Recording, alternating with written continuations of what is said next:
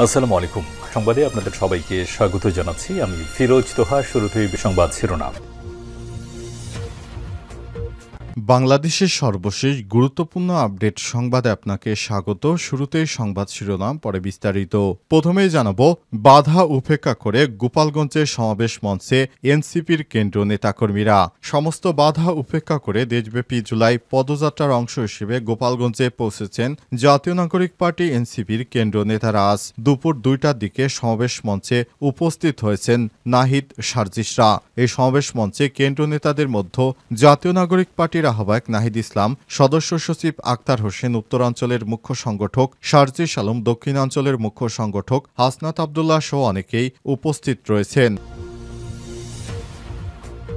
এরপর জানাবো, গোপালগঞ্জে নাশকতার ঘটনায় 7 জন আটক। গোপালগঞ্জে জাতীয় নাগরিক পার্টি এনসিপির জুলাই পদযাত্রাকে কেন্দ্র করে জেলার বিভিন্ন স্থানে নাশকতা, সড়ক অবরোধ ও পুলিশের উপর হামলার ঘটনায় 7 জন সন্ত্রাসীকে আটক করেছে সেনাবাহিনী। আজ উপজেলার কংসুর এলাকা থেকে তাদের আটক করা হয়।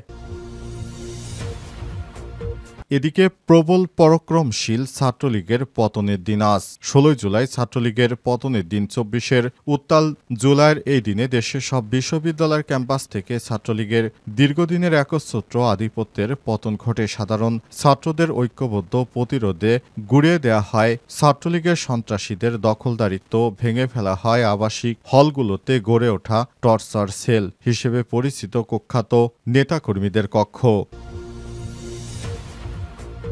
এদিকে একটি দল এখনও মুজিববাদীদের পুনর্বাসন করছে, অভিযোগ নাহিদ ইসলামের। জাতীয় নাগরিক পার্টি এনসিপির আহ্বায়ক নাহিদ ইসলাম বলেছেন, জুলাই অভ্যুত্থানের পর আমরা দেখেছিলাম চাঁদাবাজি ও দুর্নীতিতে যে সিস্টেম টিকিয়ে রাখা, আমরা সেই সিস্টেমের পতন চাই। কিন্তু আমরা দেখতেছি সেই সিস্টেমকে টিকিয়ে রাখছে একটি রাজনৈতিক দল, আর চাঁদাবাজ ও দুর্নীতিকে প্রশ্রয় দিচ্ছে তারা।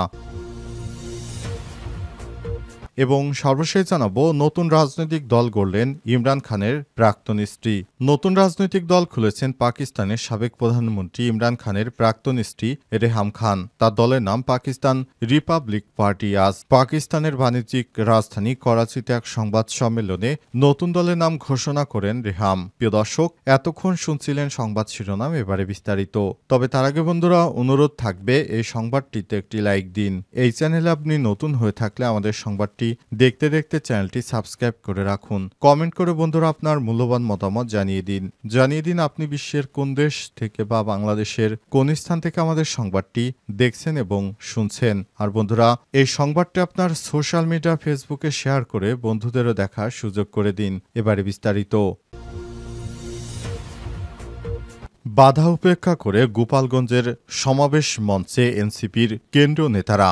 বাধা উপেক্ষা করে দেশব্যাপী জুলাই পদযাত্রার অংশ হিসেবে গোপালগঞ্জে পৌঁছেছে জাতীয় নাগরিক পার্টি এনসিপির কেন্দ্রীয় নেতারা। আজ দুপুর 2টার দিকে সমাবেশ মঞ্চে উপস্থিত হন তারা। এ সময় সমাবেশ মঞ্চে কেন্দ্রীয় নেতাদের মধ্যে জাতীয় নাগরিক পার্টির আহ্বায়ক নাহিদ ইসলাম, সদস্য সচিব আক্তার হোসেন, উত্তরাঞ্চল মুখ্য সংগঠক সার্জিস আলম, দক্ষিণাঞ্চলের মুখ্য সংগঠক হাসনাত আবদুল্লাহ সহ অনেকেই উপস্থিত হতে দেখা গেছে। এর আগে সমাবেশ স্থলে হামলা করে নিষিদ্ধ ঘোষিত সংগঠন ছাত্রলীগের নেতাকর্মীরা। প্রত্যক্ষদর্শীরা জানিয়েছে, ছাত্রলীগের কর্মীরা হঠাৎই মিছিল নিয়ে এসে সমাবেশ স্থলে চড়াও হয়। ওই সময় কয়েকটি ককটেল বিস্ফোরণের ঘটনা ঘটায় ছাত্রলীগের সন্ত্রাসীরা। তবে সে সময় এনসিপির কেন্দ্রীয় নেতাকর্মীরা শহরে উপস্থিত থাকলেও মূল মঞ্চস্থলেও পৌঁছাননি। তার আগে এনসিপির মার্চ টু গোপালগঞ্জ কর্মসূচিকে কেন্দ্র করে উত্তেজনার মধ্যে ইউএনওর গাড়ি বহরে হামলা চালায় এই আওয়ামী লীগের সন্ত্রাসীরা। তারও আগে এনসিপির মার্চ টু কর্মসূচিকে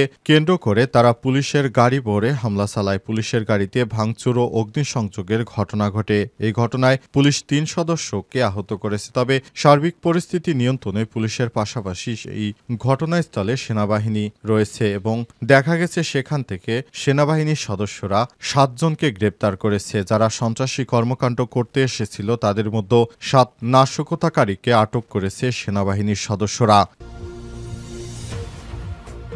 গোপালগঞ্জে নাশকতার ঘটনায় ৭ সন্ত্রাসীকে গ্রেপ্তার। গোপালগঞ্জে জাতীয় নাগরিক পার্টি এনসিপির জুলাই পদযাত্রাকে কেন্দ্র করে জেলার বিভিন্ন স্থানে নাশকতা ও সড়ক অবরোধ, পুলিশের উপর হামলার ঘটনায় ৭ সন্ত্রাসীকে আটক করেছে সেনাবাহিনী। আজ দুপুর ১২টার দিকে সদর উপজেলার কংসুর এলাকা থেকে তাদের আটক করা হয়েছে। সেনাবাহিনী গোপালগঞ্জ ক্যাম্পের গোয়েন্দা সূত্র থেকে এই তথ্য নিশ্চিত করা গেছে। তাৎক্ষণিক আটককৃতদের পরিচয় জানা যায়নি। সেনাবাহিনী এবং স্থানীয় সূত্র থেকে জানা গেছে, গোপালগঞ্জের সদর উপজেলা কংসুর এলাকায় জাতীয় নাগরিক পার্টি এনসিপি জুলাই পদযাত্রাকে কেন্দ্র করে জেলার বিভিন্ন স্থানে নাশকতা, সড়ক অবরোধ ও পুলিশের উপর হামলার ঘটনা ঘটেছে। এই ঘটনায় গোয়েন্দা তথ্যের ভিত্তিতে সেনাবাহিনী ঘটনাস্থলে পৌঁছে ৭ জন সন্ত্রাসীকে গ্রেপ্তার করেছে। তাৎক্ষণিকভাবে তাদের পরিচয় জানায়নি তারা। এছাড়া গোপালগঞ্জের কোটালীপাড়া সড়ক, গোপালগঞ্জ টেকেরহাট সড়ক, গোপালগঞ্জ টুঙ্গিপাড়া এপিসিতে সেনাবাহিনীর এপিসি মোতায়েন করেছে সেনাবাহিনী। এছাড়াও আজ সকালে গোপালগঞ্জে পুলিশ ও উপজেলা নির্বাহী কর্মকর্তা ইউএনওর গাড়িতে হামলার ঘটনা ঘটে। অভিযোগ উঠেছে, নিষিদ্ধ ঘোষিত ছাত্রলীগ এবং কার্যক্রম নিষিদ্ধ আওয়ামী লীগের নেতাকর্মীরা এই হামলা চালিয়েছে। বিষয়ে গোপালগঞ্জ সদর থানার ওসি মীর মোহাম্মদ সাজেদুর রহমান বলেছেন, জাতীয় নাগরিক পার্টি এনসিপির মাস জুড়ে জুলাই পদযাত্রাকে কেন্দ্র করে পুলিশের উপর হামলা ও গাড়ি ভাঙচুরের ঘটনা ঘটেছে। এই ঘটনায় ৭ সন্ত্রাসীকে আটক করা হয়েছে। প্রবল পরাক্রমশীল ছাত্রলীগের পতনের দিন আজ ১৬ জুলাই ছাত্রলীগের পতনের দিন। ২৪ উত্তাল জুলাইয়ের এই দিনে দেশের সব বিশ্ববিদ্যালয়ের ক্যাম্পাস থেকে ছাত্রলীগের দীর্ঘদিনের একচ্ছত্র আধিপত্যের পতন ঘটে। সাধারণ ছাত্রদের ঐক্যবদ্ধ প্রতিরোধে গুড়িয়ে দেওয়া হয় ছাত্রলীগের সন্ত্রাসী দখলদারিত্ব, ভেঙে ফেলা হয় আবাসিক হলগুলোতে গড়ে ওঠা টর্চার সেল হিসেবে পরিচিত কুখ্যাত নেতাকর্মীদের কক্ষ। মূলত ১৫ জুলাইয়ের বর্বর হামলা, নিপীড়ন ছাত্র সমাজকে দেয়ালে পিঠ ঠেকিয়ে দিয়েছিল। এরপর দিনই আবাসিক এলাকায় এসব কর্মকাণ্ড পরিচালিত হয়। শিক্ষাঙ্গনে বিপদের বন্ধু হওয়ার বদলে শিক্ষার্থীদের কাছ থেকে আতঙ্কের নাম হয়ে উঠেছিল এই নিষিদ্ধ ছাত্রলীগ। ক্ষমতাসীন আওয়ামী লীগের ছাত্র সংগঠন হিসেবে গত ১৬ বছরে তারা গড়ে তুলেছে একচ্ছত্র দখলদারিত্ব, গেস্টরুম, নির্যাতন, সিট বাণিজ্য, এমন কোনো অপকর্ম নেই যা এই ছাত্রলীগের সন্ত্রাসীরা করেনি। অবশেষে গত বছর এই দিনে ছাত্রলীগের পতন হয়। ছাত্রলীগের নেতাকর্মীরা এদিন সাধারণ শিক্ষার্থীদের কাছে হেরে যায়। হেরে গিয়ে তারা তাদের হল ছেড়ে পালাতে থাকে। সময় দেখা যায় ঢাকা বিশ্ববিদ্যালয় সহ দেশের বিভিন্ন বিশ্ববিদ্যালয়ের সাধারণ শিক্ষার্থীরা ছাত্রলীগের নেতাকর্মীদের এসব হলগুলোতে অভিযান চালিয়ে তারপর সেখান থেকে ছাত্রলীগের নেতাকর্মীদের সমস্ত জিনিসপত্র কক্ষের বাইরে ছুঁড়ে ফেলে। সময় ছাত্রলীগের নেতাকর্মীরা বেশিরভাগই পালিয়ে অনেকেই ভারতে আশ্রয় নিতে শুরু করেছে। তখন শেখ হাসিনা বুঝতে পারেননি যে তার পতন হয়ে যাবে, কিন্তু তার মাত্র কয়েকদিন পরই শেখ হাসিনা পতন হয়ে যায়। যখন আসিফ মাহমুদ সজীব ভুঁইয়া ডাক দেন এক দফার, সেদিনই শেখ হাসিনার পতন হয়ে যায়, তিনি দেশ ছেড়ে পালিয়ে যান।